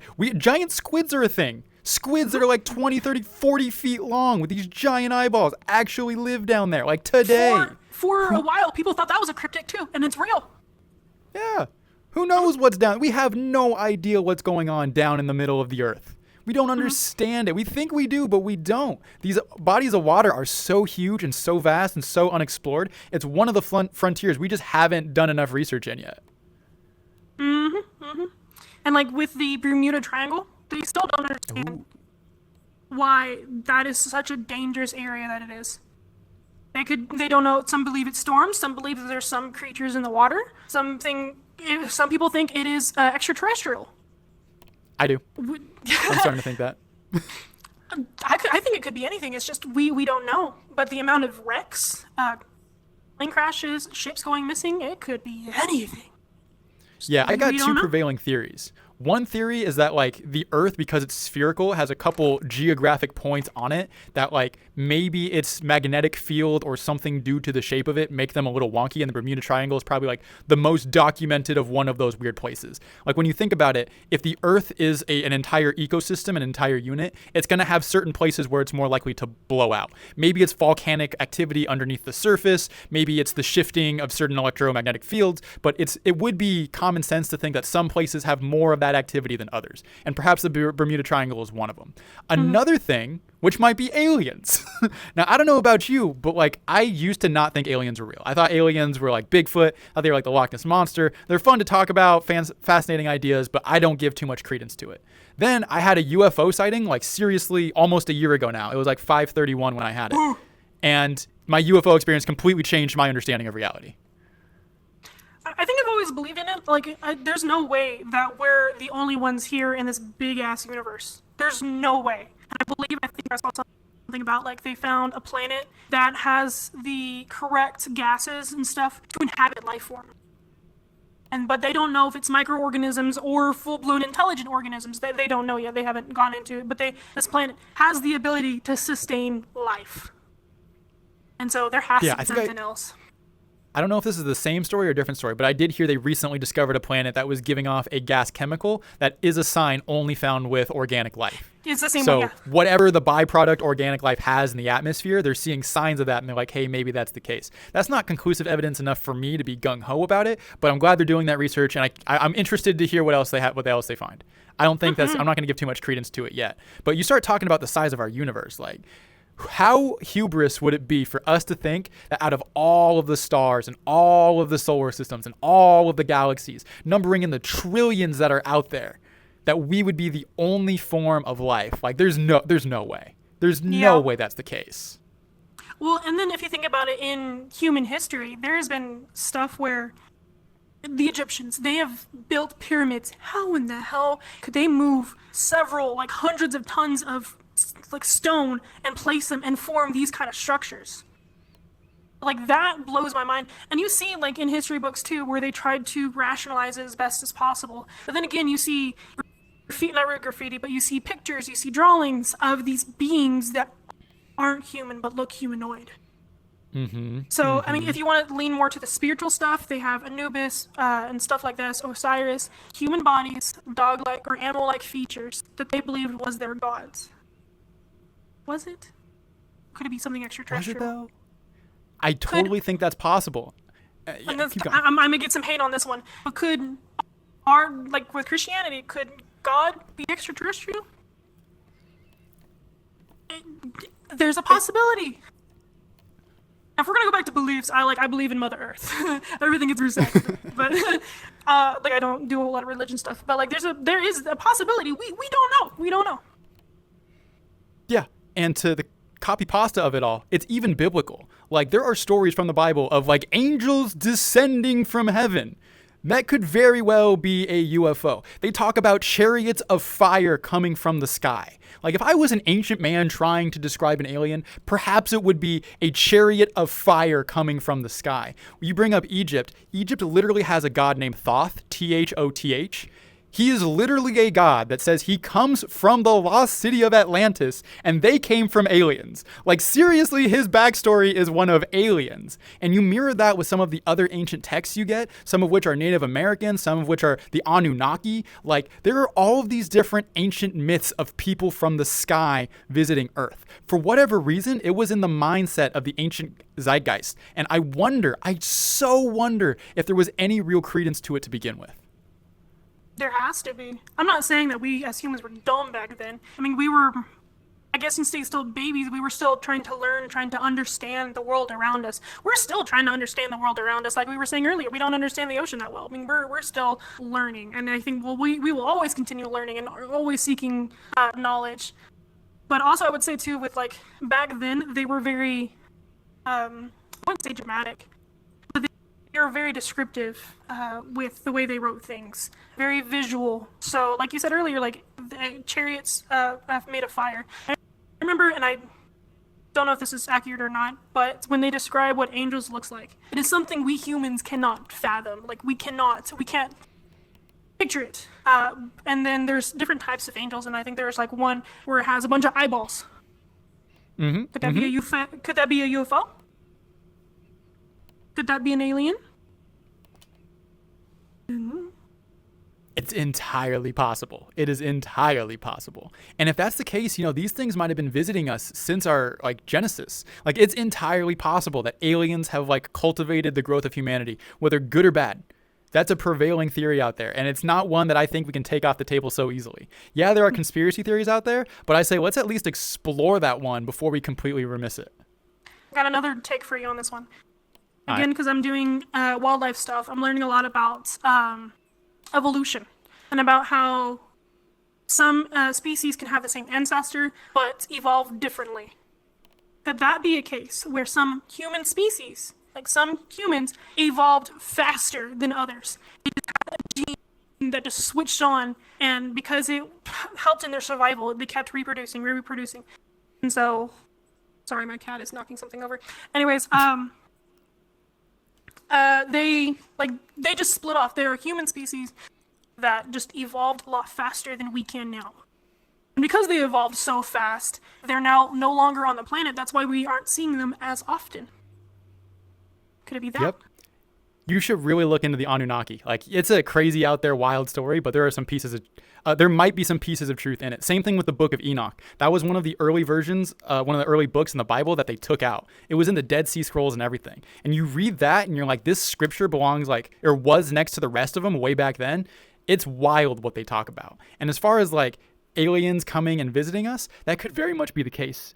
There was a point in human history where we don't understand how it happened, but the human brain size doubled in a very short amount of time. And we have no explanation on why that's the case. There's a couple prevailing theories out there, but none of which have truly stuck with me as much as the stoned ape theory, which is human beings started eating mushrooms, specifically the magic mushrooms that have mind-altering effects. And the real question is, how did they find that? How did they grow on that? And maybe it had something to do with some type of extraterrestrial influence. Again, I'm not saying these are absolutely true. I'm saying these could very well be possibilities. There are those conspiracy theories that sound outlandish, but eventually might be actual truth. You know what I mean? You ever hear about the stoned ape theory? No, actually, that's the first one that I've heard. I haven't really heard of that one. Yeah. Oh yeah, it's wild. It's wild. On a wildlife standpoint too, I can see that eating a mushroom and but being led to said mushroom, because with natural things, with plants and animals and reptiles and stuff like that, when they have a bright color, your brain is already hardwired. Don't mess with that. That's a warning. Might be poisonous kind of thing. So I don't know what this mushroom could look like, but if it looked poisonous, our brains are already hardwired to avoid it. I can totally see extra help guiding us. Be like, hey, yeah, eat this.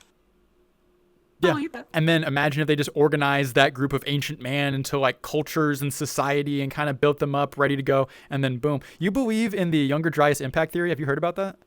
What is that? No, I haven't heard of that. Ooh, oh, this is fun. This is a copy pasta. Younger Dryas impact theory says that there's ancient civilizations far older than we previously thought. So we're kind of going back to the Egypt days, the Mesopotamia days, and these are the oldest groups of civilizations we have to look at. And I think those go back around 5,000 years at the latest, maybe 4,000 years, right? The Younger Dryas impact theory says that there were a lot more civilizations before that. We're talking 11,000, 12,000 years ago, a long time period. But maybe it was some asteroids that landed, or maybe some shifting of the tectonic plates, maybe just a raise in sea level rise, right? But whatever it was, there was a cataclysmic flood which drowned out so many different civilizations around the world. Now, the reason why that seems to be the case is because recently there have been discoveries of even more ancient structures and civilizations dating back to around the time of the Younger Dryas impact theory, back to around 11, 12,000 years ago. Beyond that, there is also an insane amount of evidence that the Earth went through some cataclysms around that time, such as these insane floodplains over the Sahara of Africa, where you just see these giant swaths of water where it had once pushed past all of these different areas, to the salt deposits, which have no place being there in the first place because it's on dry land thousands of miles from the ocean. And you're where did all this salt come from? So there's all this evidence, and beyond that, the flood theories that are absolutely pervasive in every ancient civilization ever. Every civilization that recorded anything has some sort of flood myth attached to it. So you start adding up all of these pieces, and there's a lot of compelling new evidence that the Younger Dryas impact theory might say that there are ancient civilizations that have been around for 12,000 plus years that we had no idea about. So I have no idea it was called that. I remember like seeing stuff about that. Like I love listening to stuff like this. And I remember also seeing as well a bunch of looked like road structures or framing of buildings. Yeah. Deep in the water. Yes. So I mean, yeah, I remember seeing stuff. A lot of the stuff has to do with Africa, like you've already said, ancient civilizations in Africa. Just to think there's this how guy named old. Oh, go ahead. There's this guy named Graham Hancock. You should look into him because he's about that. He has personally gone to several different locations underwater where there's like these rocks cut at perfect 90-degree angles. There's these things that look like steps and rooms and buildings where you look at it and you're like, how did nature construct that? But it's not just like one location. There are multiple locations where things seem to have been manipulated by man at some point. And it really catches your pause. You're like, there's no way. Like, that wouldn't have been livable 4,000 years ago. That would have still been underwater. Like, where did these places come from? And were they at one point man-made? Mm-hmm. So you got to think back. The Earth is billions of years old. It is old. And, like, going into that, too, have you been noticing the weather in all over the world right now? Tell me about it. It's been crazy. From my understanding, they're getting, like, city, I can't remember where at the top of my head, but like the city overseas who never gets a whole lot of rain got a whole year's worth in one day. I think that was Dubai. Flooded. It was like Dubai or Abu yes. Dhabi, one of those like very rich elite Middle Eastern places. They're in the literal desert, right? Mm-hmm. It's so rich over there, they have to seed the clouds for it to rain because it never rains. And then you're seeing all these videos on social media of the place flooding. Like, you got these fancy billion-dollar cars in this garage. They're all flooded out because this place is getting more rain than it had ever seen in like human history. Mm-hmm. So where I'm at in Texas, normally it's called the Tornado Valley. And there's been tornadoes around us, don't get me wrong there. But from my understanding, the valley has shifted closer to Kentucky. And then I have some friends in Ohio. She's gotten more tornadoes than I have. Oh She's gotten all of hers in less than a month. Whoa. And then also, like, with the climate that I have right now, also the general location. So I live in the Panhandle. What they specifically call it is a Llano Estacado. It is a flat prairie area before you get down to the hills and valleys of Texas. And so we experience a lot of, we call it rain shadow. So we have the mountains from the east, from New Mexico, Arizona. So we have those mountains. So when the rains, when the clouds hit that right there, it kind of doesn't come back and see us. Instead, that gives us all a bunch of high winds. So I'm used to 50, 60 mile an hour winds, dry winds. It has been raining for a week.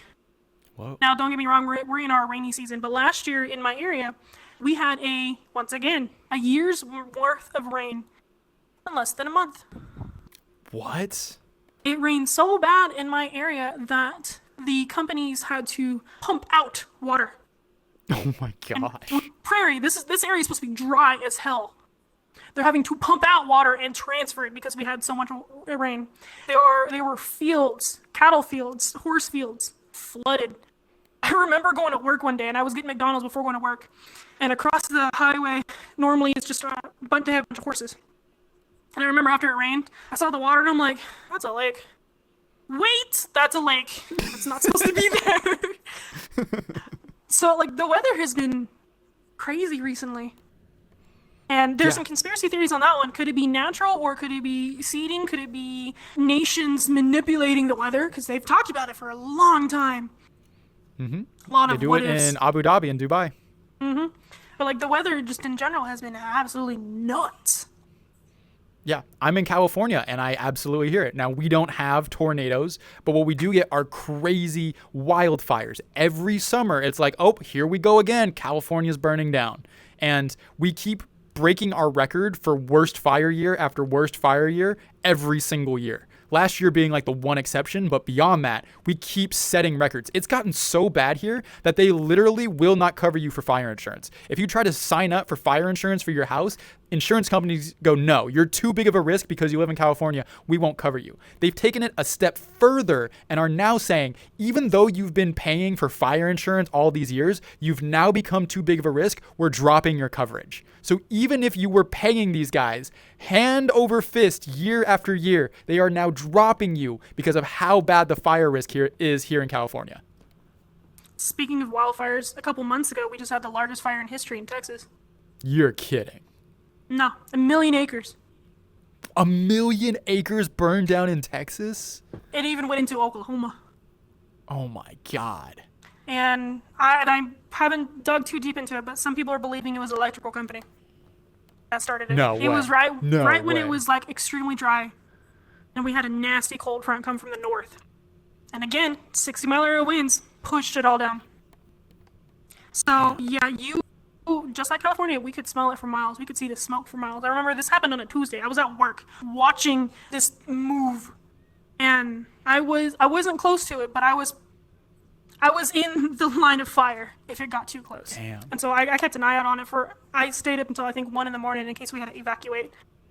We were finally able to get it tamed, but the amount of damage it did was crazy. The wildfires are both good and bad. Bad because short term, it does a lot of damage really fast. In our area, it took out a lot of cattle. That is, in my area, that's the livelihoods of some of these ranchers. It destroyed homes, it destroyed businesses, it did damage. And then the amount of manpower needed to help it out. But in the long run, especially with the rain we've been getting right now, you're going to see a lot of wildlife in that area. A lot. Wildfires are good. We can't really do, what do they do? Constructed wildfires? Controlled Not burns? constructed. Controlled burns, thank you. Yeah. We can't do controlled burns in my area because of the high winds. We need the right conditions to do it. But in some areas where I'm at, it is needed. Because again, if one catch, done. And plus it brings back more wildlife. So I bet it's super green right now. I kind of want to go and see it and see how many migratory birds I can find. Yeah, and one thing I hope is like you guys get the funding you need to like rebuild what needs to be rebuilt. One thing that broke my heart was when Maui burned down. There was little to no help from the government. Like nobody came to save these people who have lost their houses, their livelihoods, the tourism to come back. Like there just wasn't the support there to really help these communities who needed it the most. Mm-hmm. I attempted. I didn't do too well, but I attempted to raise money for this, for the fire that we had. But where I work, people were driving like south of me, going north to go to him. And I work at a park. And so people from the fire, once the fire was dealt with, were coming through my park visiting. We had 20 fire trucks in one day come through. Wow. So there was a lot of out help, at least putting out the fires. And I remember my park, we gathered up some supplies, waters, cans of food, stuff like that. And we had one of our coworkers take it all up there. So there was at least a lot of statewide, there was a lot of help. Yeah, and that's good. Communities watching communities is probably one of the biggest things. When we had our big fires over here too, that was the big deal. Like we had the command center in my local town, and like that's where they were setting up all operations to help everybody. We had firefighters in and out the entire time, and it was so cool to see the community buckle down and help out where they can. Like stores were giving their water freely to like anyone who was doing any service. People, businesses were opening up like their parking lots for people to park who had lost their homes and everything. It's like come literally sleep in our parking lot because you have nowhere else to go. Like seeing that kind of response was absolutely amazing, just to see how humans will watch out for each other in times of need. Mm-hmm. Yeah, no, we were letting all these people come in for free, or at least I was. I was like, you busted your butts up there, you're coming in for free. And what's funny, at this park that I work at, a bunch of foreigners, a bunch of people from Germany, from Canada, from England come out all the time. They're learning that like what fire trucks are, and so when they see these fire trucks entering, they're like, is there a fire in the park? Is everything okay? And we're like, no, they're here for fun. It's okay. Yeah. But it was so funny that they were freaking out. They're like, hey, I just saw like 3 fire trucks leave. Is everything okay? Yeah. Yeah, and like one of the biggest things we got to do is like look out for our communities around us. And so like in times of emergency, that's awesome. But like even when it comes back here to the virtual world, like building communities of people who are supporting one another, being positive about things, and focusing on what's important are like some of the biggest deals. And one thing I've really appreciated about what you've given to the community, Scarlet Raven, like this whole positive mental attitude movement, this wouldn't have been a thing if it wasn't for you. I just want to do one kind thing. But to find out that more people wanted to do the kind thing with me, wanted to back me up, wanted to support me.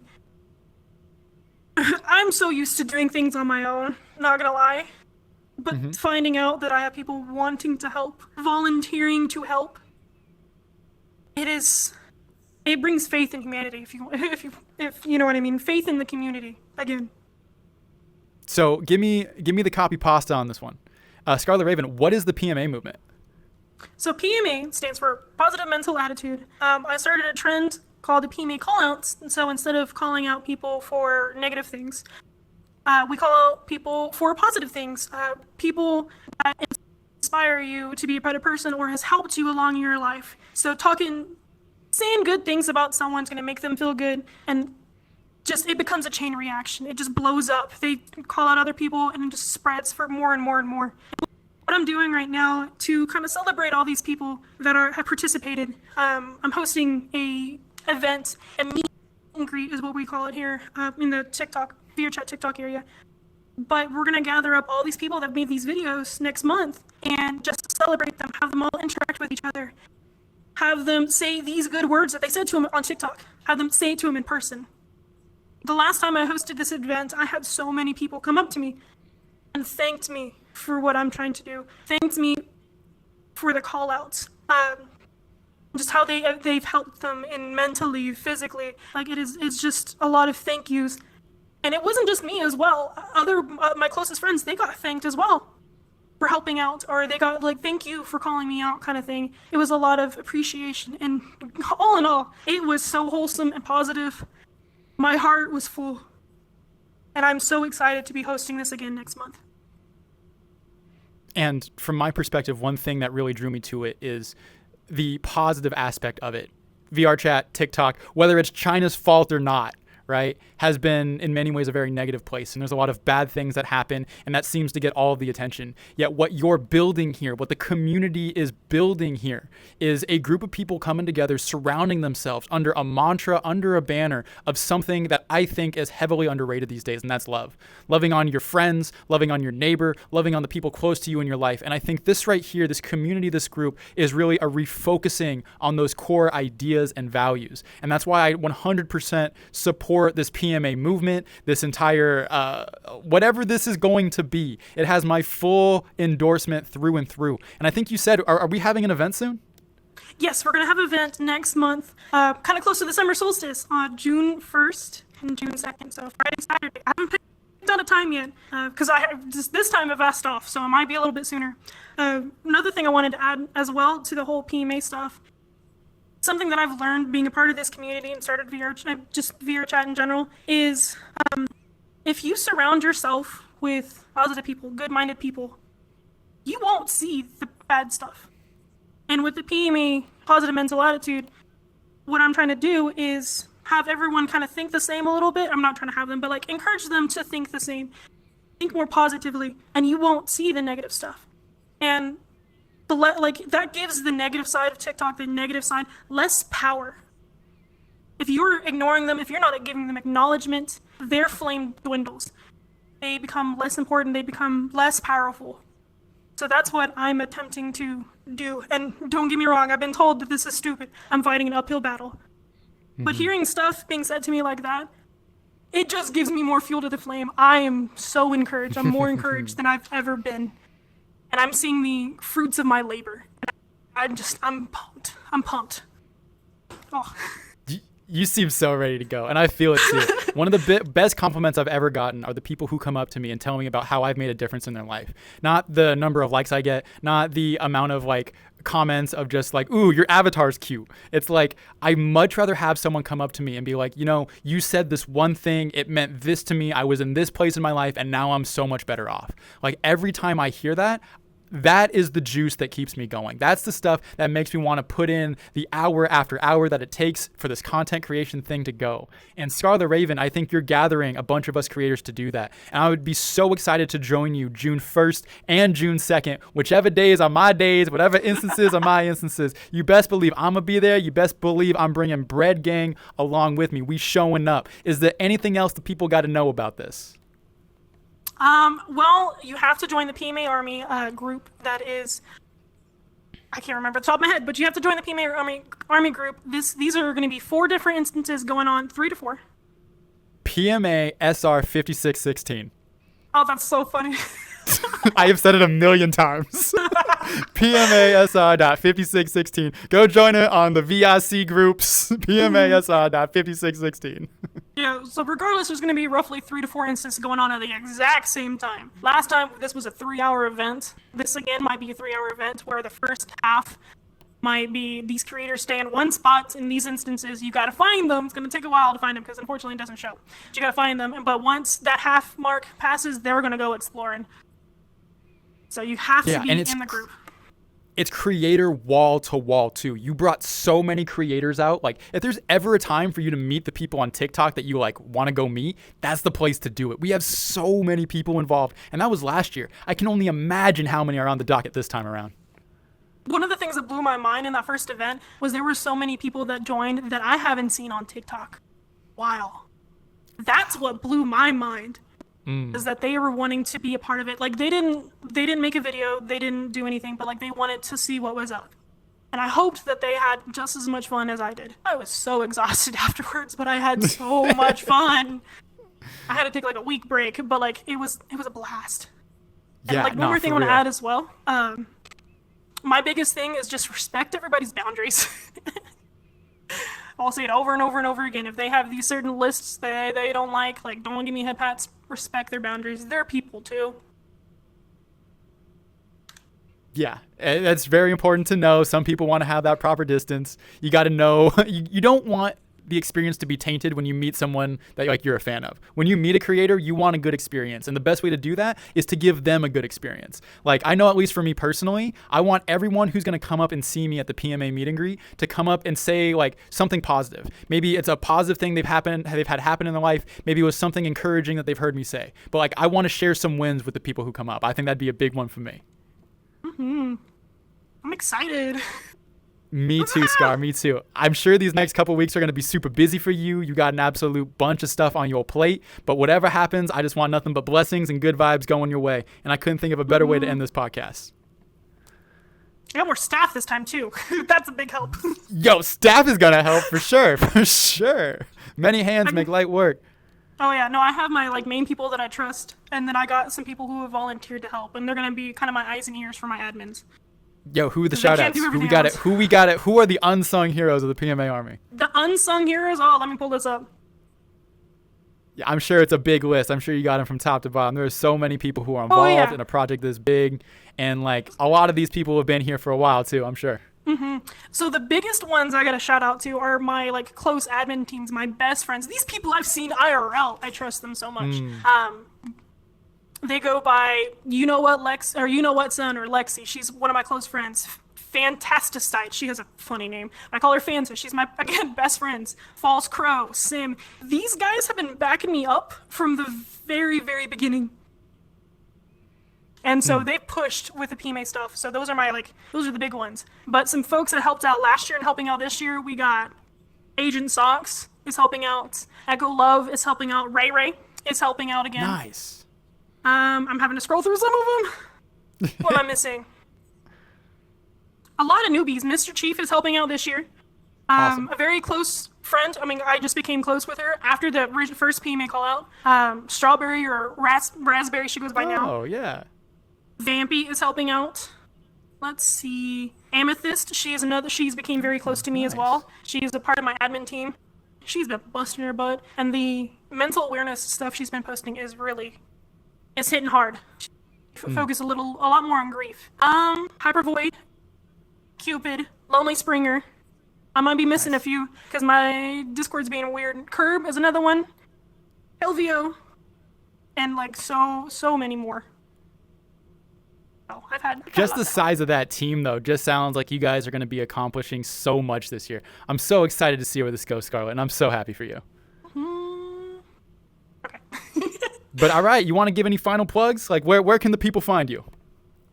Oh, on TikTok, I'm posting my stuff on YouTube now, on Instagram, all under the same tag, Scarlet Raven _VR or Scarlet Raven. It's getting to the point now, if you type in PMA, I will pop up on TikTok or That's one so of the cool. many videos. So That's so awesome. And the PMA movement, feel free to join that too. We would love to have you guys be part of the gang. That's PMA SR.5616 for the VRC group. We are having an event June 1st and June 2nd. Stay tuned for the timestamps. They might even be included in this video. I just want to say thank you so much to everybody who's watching, and I hope you guys have an absolute fantastic time. We'll see you out June 1st, June 2nd.